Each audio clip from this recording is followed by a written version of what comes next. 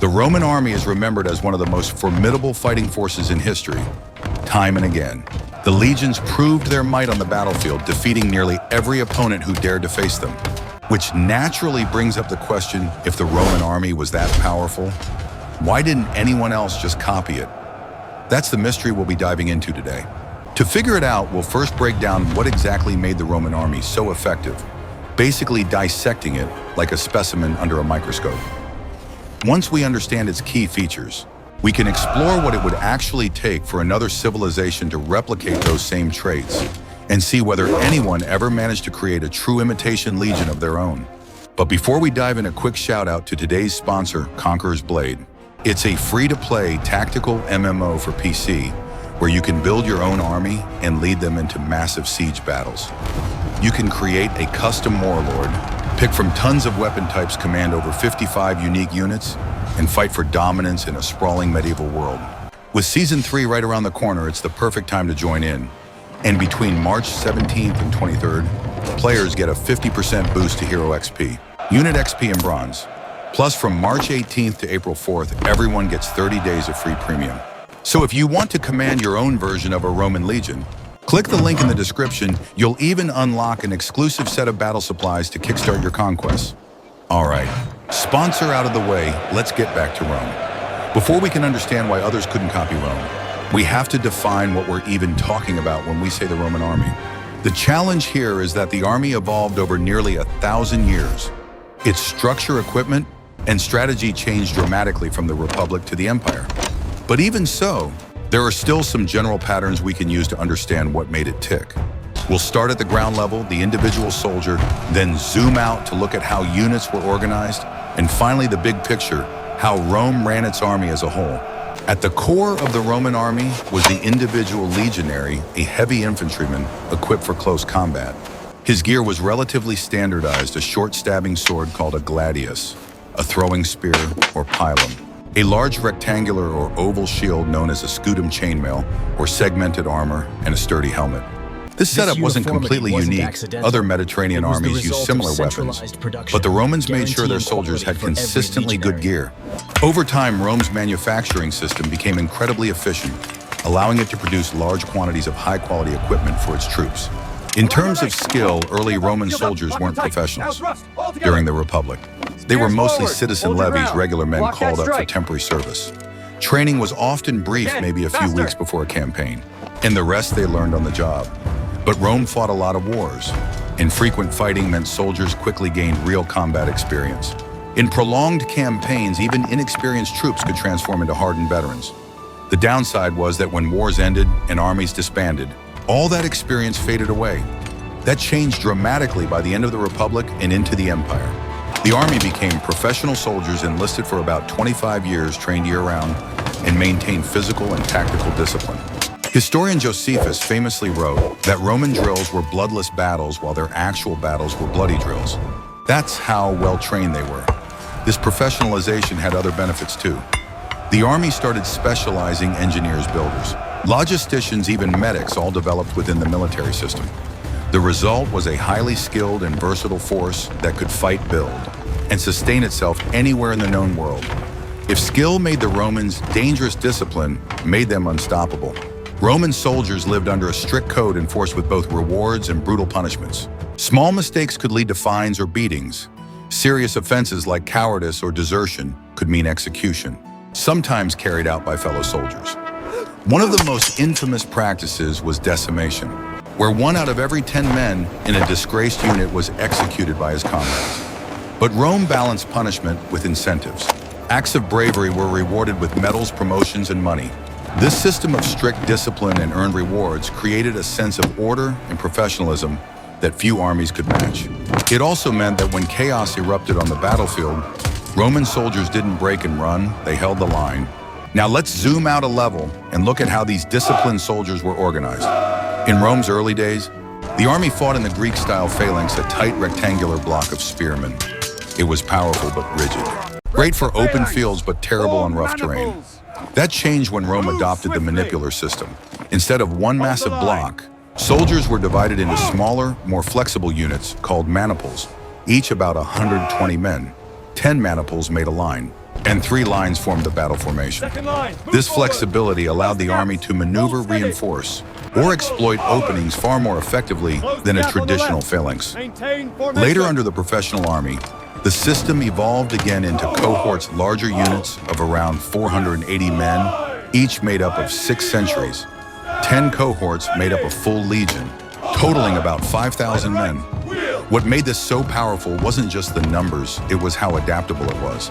Cohorts could act independently or combine for large-scale battles. It was a modular design that worked in almost any environment. Leadership mirrored this flexibility. Each century was commanded by a centurion, a professional officer, often promoted from the ranks. Centurions weren't just figureheads, they fought on the front lines, led by example, and kept their men disciplined. Above them were tribunes and the legion's general, usually from the upper class. This mix of professional soldiers and aristocratic leadership gave the army both tactical expertise and political backing. The presence of experienced centurions throughout every level ensured that even if the general was incompetent, the legion could still function smoothly. In contrast, many of Rome's enemies relied heavily on charismatic generals when their leader fell. The army often collapsed. Finally, let's talk about the engine that powered all of this: resources and logistics. Rome didn't just have a good army, it had the economic and political system to sustain one. The Republic could mobilize enormous numbers of troops and rebuild entire armies after catastrophic defeats. When Pyrrhus of Epirus won battles against Rome, he famously said, "Another victory like this, and I am undone." Because even in defeat, Rome could replace its losses faster than anyone else. The same was true in the Punic Wars, where Rome repeatedly lost fleets and armies and simply built new ones. This ability came from multiple factors: a huge citizen population, loyal allies, a strong political system, and frankly, a stubborn national willpower. Later, as the empire expanded, its resources grew even greater. Taxes, tribute, and manpower from across Europe, North Africa, and the Near East kept the legions marching. Logistics tied it all together. At first, Roman supply systems were pretty basic, but over time they mastered it. By the height of the empire, the legions could campaign across continents with a steady stream of food, weapons, and reinforcements behind them. Road supply depots and naval transport networks made Rome's armies incredibly mobile and durable.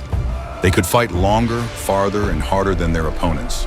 All of these elements, the professional soldier, strict discipline, flexible organization, skilled leadership, and unmatched logistics combined into a war machine unlike anything the ancient world had ever seen.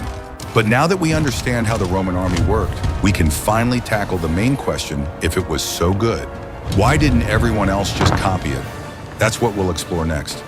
So now that we've laid out what made the Roman army so effective, it's time to look at the real question: if it worked so well, why didn't everyone else just copy it? I mean, you'd think that after seeing how dominant Rome was, other nations would have said, all right, let's just do what they're doing. But history doesn't really play out that way. Let's imagine you're a king or general back then, looking over at Rome's legions and thinking, yeah, we should build something like that. The first step would probably be trying to replicate the individual Roman soldier. That's the foundation of everything. And on paper, that part might seem easy. The Romans' weapons and armor weren't exactly some kind of mysterious alien technology. Most Mediterranean armies already had access to similar equipment: short swords, javelins, shields, and armor. In fact, many of Rome's famous designs were originally borrowed from other peoples. The gladius, for example, was inspired by the Iberians, and the large rectangular scutum came from other Italic tribes. So the tools themselves weren't what made Rome special. What set them apart was how they used and produced those tools. Over time, Roman workshops and foundries became highly organized, able to produce massive quantities of reliable, standardized equipment. That consistency meant a Roman soldier could always count on his gear to perform.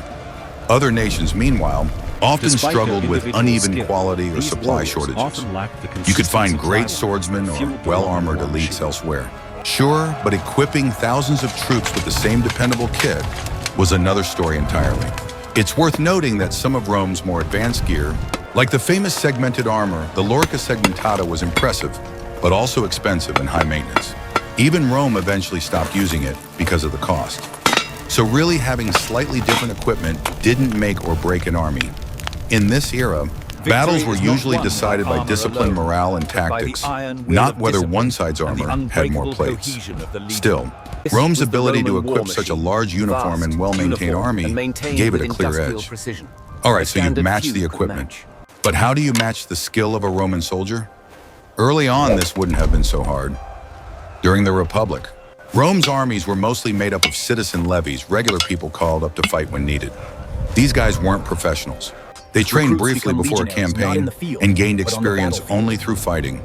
That means other armies, made up of equally warlike cultures, say the Greeks, the Gauls, the Carthaginians, or the Persians, could absolutely match them in skill. In fact, many of Rome's early rivals had elite warriors and experienced veterans who were every bit as deadly in battle. But things changed once the Roman army became professional, when soldiers started serving for 25 years, training constantly, and living the military life full-time. The average Roman legionary's skill skyrocketed. That was a huge shift, one that few other societies could afford to make. Sure, the idea of professional soldiers wasn't new. The Persian Empire had its famous immortals, and many tribal chieftains had personal bodyguards or retinues made up of elite fighters who served year-round. But those were usually small groups, hundreds, maybe a few thousand at most. The Romans scaled that concept up to an entire national army, and that's where the problem came in. Maintaining a huge professional military requires enormous resources, steady pay, food, housing, weapons, and land grants for veterans. Only a powerful centralized state could afford that. Philip II of Macedon, for instance, managed to pull it off using the vast mineral wealth of the Balkans. He reformed his army into a full-time professional force that would later conquer half the known world under his son, Alexander the Great. But those kinds of opportunities were rare. Most rulers simply didn't have the economic base or political control to pull off reforms on that scale. And by the time Rome became truly dominant, its rivals were often too weakened or fragmented to even try. The cost of keeping up with Rome was just too high, both financially and politically. So, while others might have admired the legion system, few could actually afford to replicate it in full. Now, let's say you've somehow managed to get the manpower and money together. You've got soldiers who are well-equipped and well-trained. The next big challenge is organization, how you arrange your troops and who leads them. And honestly, this is where Rome really stood out. For most of the ancient world, armies were built around rigid formations, like the Greek phalanx. It worked great in some situations, but was extremely inflexible. The Romans moved to the manipular system and later the cohort structure, gave them an edge that wasn't easy to copy. Flexibility meant a Roman army could adapt on the fly. If one part of the line was struggling, nearby units could pivot, reinforce it, or flank the enemy. Other armies stuck in more static formations couldn't react that fast. But it's not like no one else ever thought of this. Military innovation didn't only happen in Rome. The Greek successors of Alexander, known as the Diadochi, experimented with more flexible units too. They introduced medium infantry types that could move and fight more freely between their heavy pike formations and light skirmishers. In many ways, they were trying to address the same problems that Rome solved with its maniples. But here's the thing, even though these innovations existed, they never became the core of those armies. They remained supporting elements rather than replacing the old ways. Why? Because the phalanx still worked, especially when supported by good cavalry or missile troops. It was familiar, proven, and politically entrenched. Changing everything would have been risky and disruptive.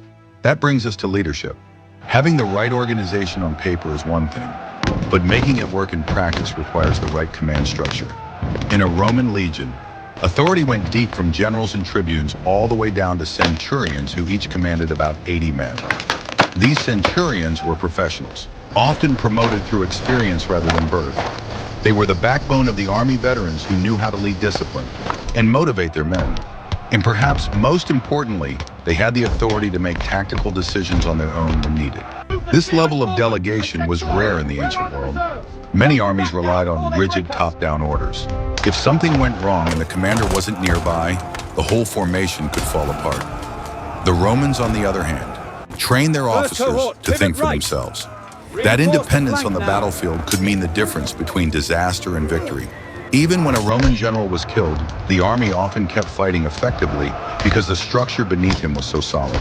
Other cultures did have layered command systems. The Spartans, for example, had a detailed hierarchy that extended down to officers commanding small squads. That gave them excellent control and discipline, one of the reasons Sparta was so feared. But the difference was in flexibility. The Spartan structure worked beautifully within their phalanx formation, but the Romans combined their hierarchy with maneuverability. Each small unit had both leadership and the freedom to act. It was the best of both worlds. Now, even if another nation wanted to copy that, it wouldn't have been easy. The Roman model was deeply tied to its society. Centurions came from within the ranks. Promotions were earned, not bought. Many other armies were dominated by aristocrats, men who gained command through birthright, not skill. Reforming that system would have meant breaking centuries of tradition and power structures. For most kingdoms, that simply wasn't possible.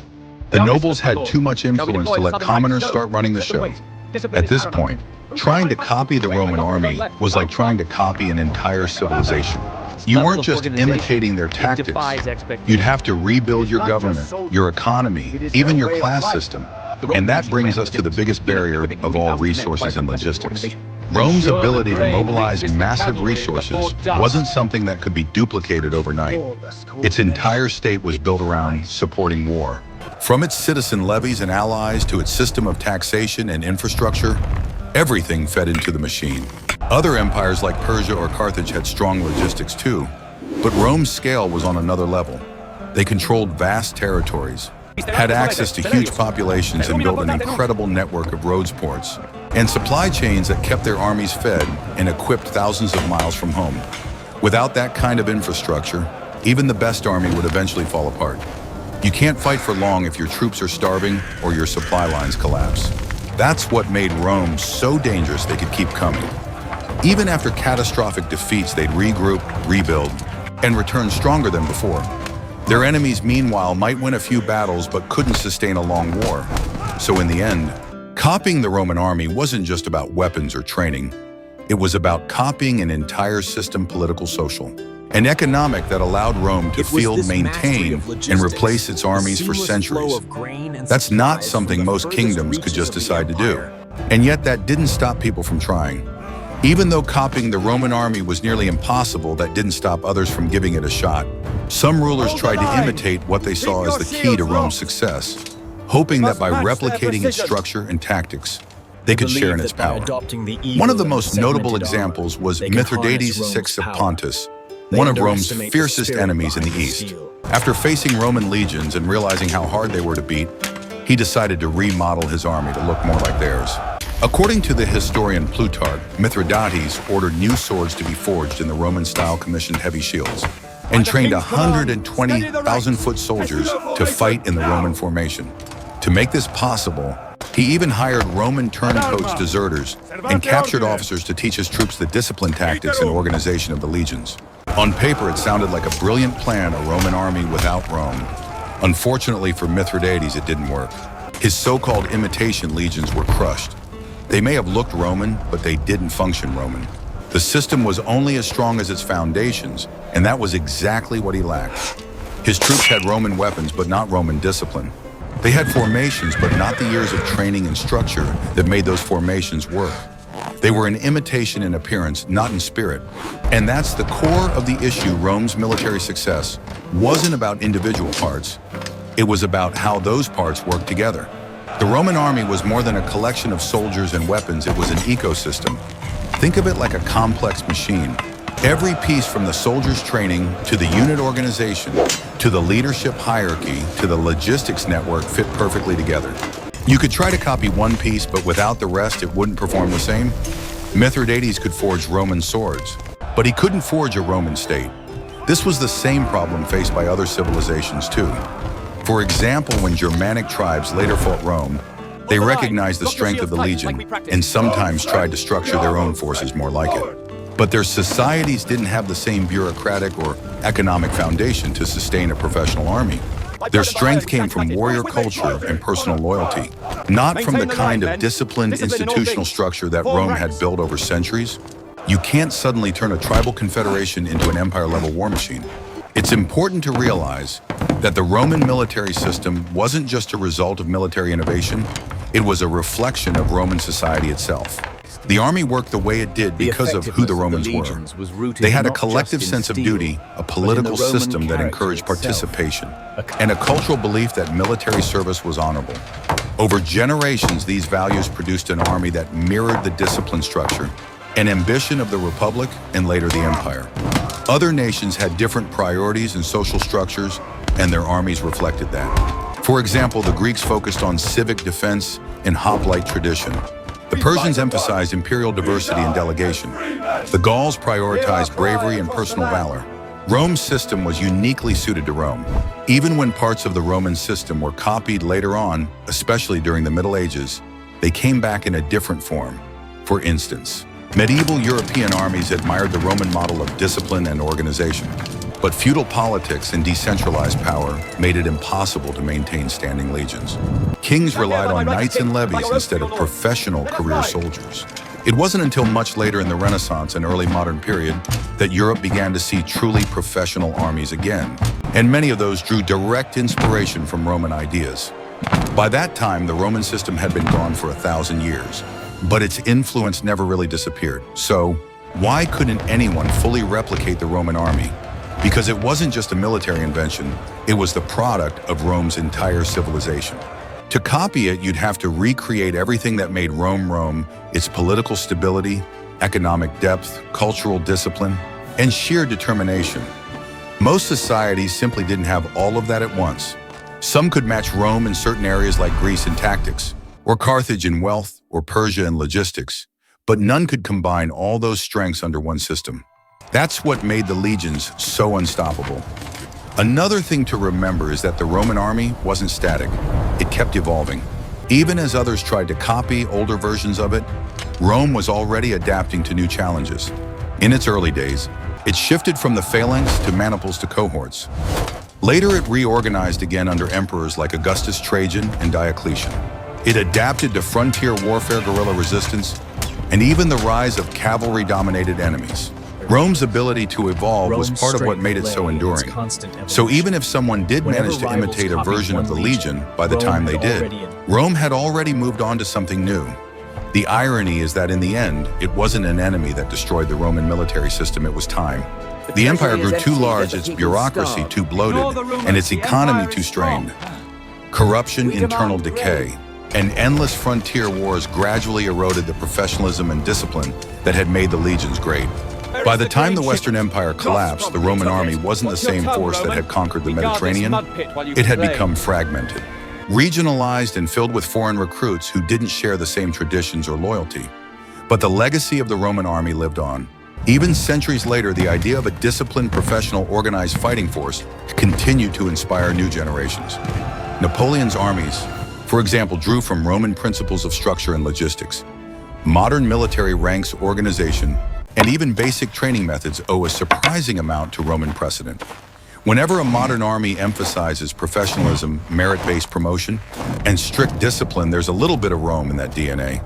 So could anyone truly copy the Roman army? Not really. You can replicate the weapons, the formations, maybe even the uniforms, but you can't replicate the spirit that held it all together. The Roman army wasn't just a set of tactics. It was a mindset. It was a reflection of an entire civilization's willpower and identity.